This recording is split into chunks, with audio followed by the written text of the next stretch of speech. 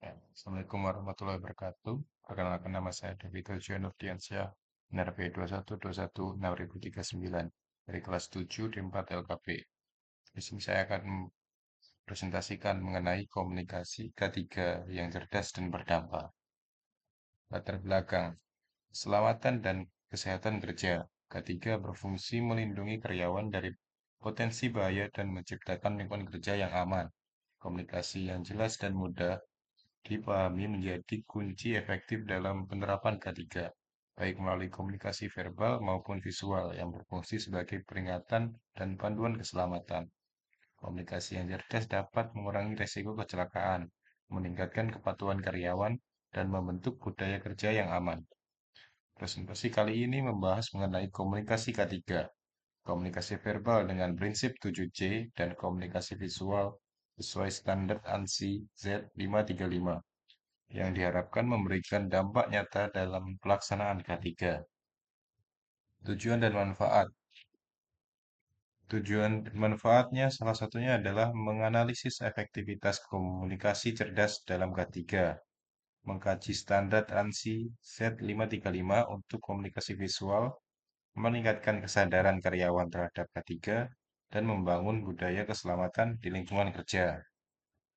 Konsep dasar K3. K3 di Indonesia memiliki dasar aturan di UU Nomor 1 Tahun 1970 tentang keselamatan kerja, ISO 4501 untuk sistem manajemen K3. Poin pentingnya di sini adalah penyediaan APD yang sesuai dengan bahaya, pelatihan keselamatan untuk setiap pekerja, dan standar visual untuk tanda dan simbol K3. Prinsip 7C dalam komunikasi verbal. Syarat komunikasi efektif yaitu adalah 7C. Clear, concise, concrete, correct, coherent, complete, dan courteous.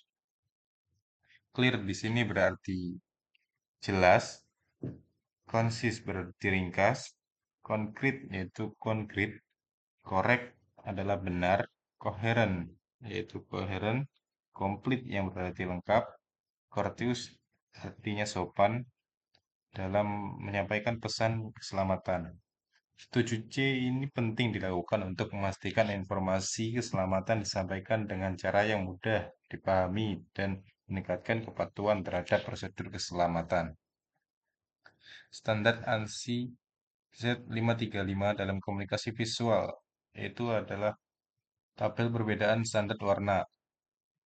Dalam ANSI sendiri memiliki 6 warna, yaitu merah yang berarti danger atau bahaya,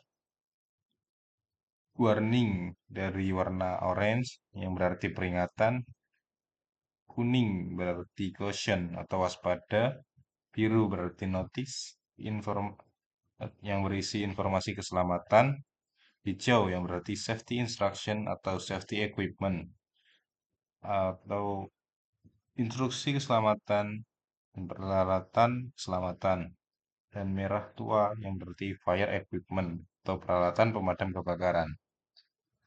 Di sisi lain ada pengaturan lain dari PS ISO 3864. Merah berarti prohibition, larangan, orange yang tidak ada, kuning warning, biru mandatory action atau perintah keselamatan, hijau safe condition, merah tua fire equipment. Kemudian ada beberapa simbol-simbol yang ada pada ANSI Z535. Simbol A dengan warna merah dengan tanda seru yang digunakan untuk sinyal danger atau bahaya. Kemudian ada tanda seru dengan warna orange yang berarti warning atau peringatan. Kemudian ada kuning dengan caution. Kemudian ada di gambar D dan E digunakan untuk signal word danger. Signal word ANSI Z535 Untuk danger menunjukkan situasi bahaya jika tidak dihindari akan mengakibatkan cedera serius atau kematian. Signal word ini terbatas pada situasi bahaya yang paling ekstrim. Kemudian orange warning menunjukkan situasi bahaya. Jika tidak dihindari, kemungkinan bisa mengakibatkan cedera serius atau kematian. Kemudian ada kuning, caution, menunjukkan situasi bahaya. Jika tidak dihindari, bisa mengakibatkan cedera ringan atau sedang.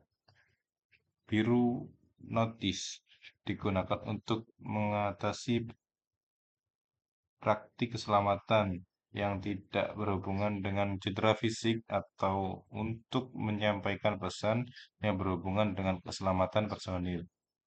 Kemudian warna hijau, safety instruction, menunjukkan instruksi atau prosedur terkait keselamatan secara spesifik. Kemudian ada simbol-simbol berbentuk atau bentuk dari ANSI Z535 dan BS ISO 3864. Segitiga kuning atau hazard alerting yang bisa digunakan untuk hard surface atau warning electricity. Kemudian ada biru mandatory action yang bisa digunakan untuk personal protective equipment atau PPE atau disebut APD. Kemudian ada tanda lingkaran dengan coretan hitam, coretan merah atau prohibition, larangan. Bisa digunakan untuk no smoking atau do not touch. Dan hijau menandakan kondisi aman yang biasa digunakan untuk emergency exit, first aid, dan evacuation assembly point. Kemudian merah berarti fire safety, keselamatan kebakaran.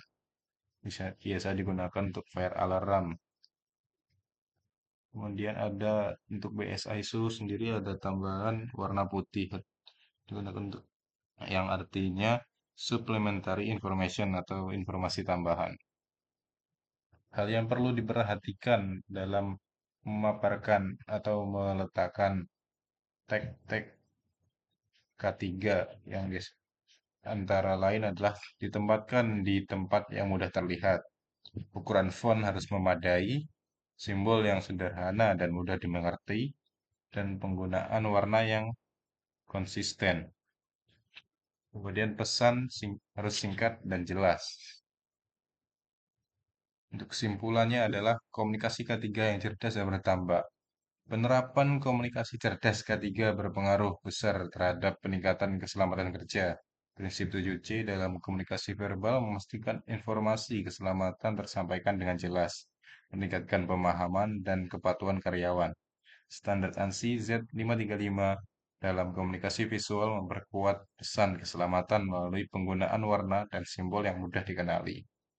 Kombinasi komunikasi verbal dan visual menciptakan pemahaman mendalam, membantu membangun budaya keselamatan yang kuat di lingkungan kerja. Untuk penutup, yaitu implementasi komunikasi cerdas dan berdampak dalam keselamatan dan kesehatan kerja atau K3, membantu perusahaan membangun budaya keselamatan yang kuat dengan menerapkan prinsip 7C dalam komunikasi verbal dan mengikuti standar ANSI Z535 untuk komunikasi visual. Perusahaan dapat meningkatkan pemahaman dan kepatuhan karyawan terhadap prosedur keselamatan. Komunikasi K3 yang baik adalah investasi jangka panjang yang mendukung keselamatan karyawan dan produktivitasnya perusahaan secara keseluruhan. Sekian dari saya. Atas kurang lebihnya, mohon maaf. Assalamualaikum warahmatullahi wabarakatuh.